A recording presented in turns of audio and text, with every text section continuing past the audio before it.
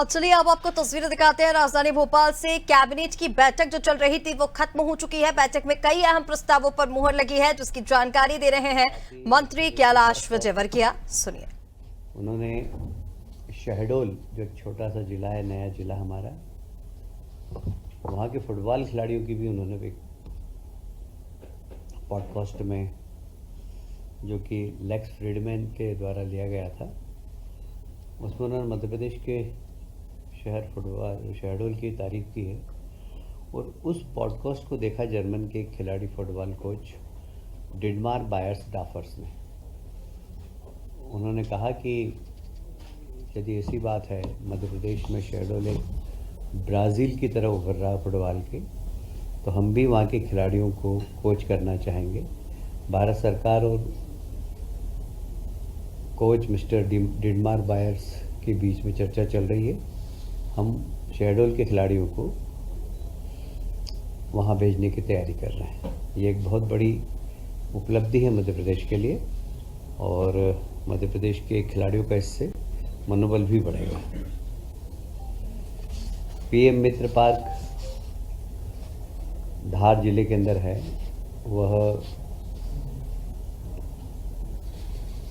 फिर से एक बार पूरे देश के अंदर एक क्रांति आ रही है कॉटन इंडस्ट्रीज़ की। एक समय था कि हमारे देश में कॉटन इंडस्ट्रीज़ पूरी दुनिया के अंदर बड़ी फेमस थी। इंदौर, उज्जैन, अहमदाबाद, बुरहानपुर, ये सब कॉटन इंडस्ट्री के बड़े उद्योग थे और बड़े कॉटन के मार्केट भी थे, और बड़े कॉटन क्लॉथ की मार्केट भी थे। दुर्भाग्य से कुछ समय ऐसा आया कि कॉटन इंडस्ट्री पूरी तरीके से ठप हो गई। आप सभी जानते हैं, उसमें लाखों मजदूर भी बेरोजगार हुए थे, पर सरकार ने उन बेरोजगार मजदूरों के लिए चिंता की।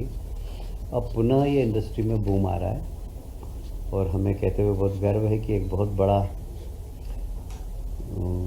पार्क और पीएम मित्रा पार्क धार में मिला है हमको। उसका एक रोड शो 3 सितंबर को हमारे केंद्रीय मंत्री श्री गिरिराज किशोर जी, टेक्सटाइल मिनिस्टर हैं, उनके साथ एक रोड शो होगा, और उसमें सभी टेक्सटाइल उद्योग के,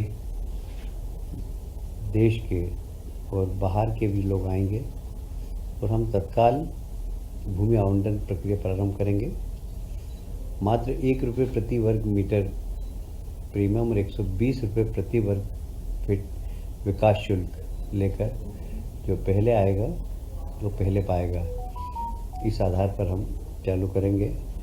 और ये 22 अगस्त से 11 सितंबर तक इनके फॉर्म खुले रहेंगे। ये एक बहुत बड़ा, इसमें लगभग 2000 करोड़ से अधिक की लागत लगेगी, और लगभग 3 लाख नौकरियों का सृजन होगा इसमें, और साथ ही 1 लाख अप्रत्यक्ष भी रोजगार मिलेंगे।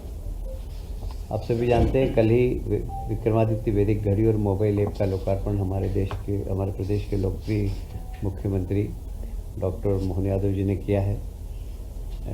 एक समय था जब कालगन्ना का सेंटर उज्जैन हुआ करता था, और 1000 साल के गुलामी के कालखंड में कुछ परिस्थितियाँ ऐसी बनी कि कालगन्ना का केंद्र अब बदल गया। हमारा प्रयास होगा, क्योंकि हमारा जो कालगन्ना हमारी है वह बिल्कुल एक तरीके से वैज्ञानिक है, और उसमें फ्रैक्शन ऑफ सेकंड का भी परिवर्तन नहीं आता है। ये हमारे कालगन्ना की विशेषता है। तो उसका कारण है कि हमारे यहाँ सूर्य और 9 ग्रह जितने भी हैं उनके संचालन के हिसाब से कालगन्ना होती है, और वो उसकी एक्यूरेसी बहुत ज़बरदस्त है। तो अब हम वापस फिर से विक्रमादित्य की वैदिक घड़ी को पहले हम अपने देश में उसको लाएंगे। उसका मोबाइल ऐप भी बन गया, आप लोग भी उस ऐप को डाउन कर सकते हैं, और वर्तमान समय को और वैदिक समय के बीच में आप अंतर भी महसूस कर सकेंगे। उसमें हमारा पुराना कैलेंडर, पुराने वार, पुराने उपास, ये सब रहेंगे। तो एक बहुत बड़ा एक तरीके से इसमें रिसर्च हुआ है, और एक बहुत बड़ी सौगात हम देश और दुनिया को देने जा रहे हैं।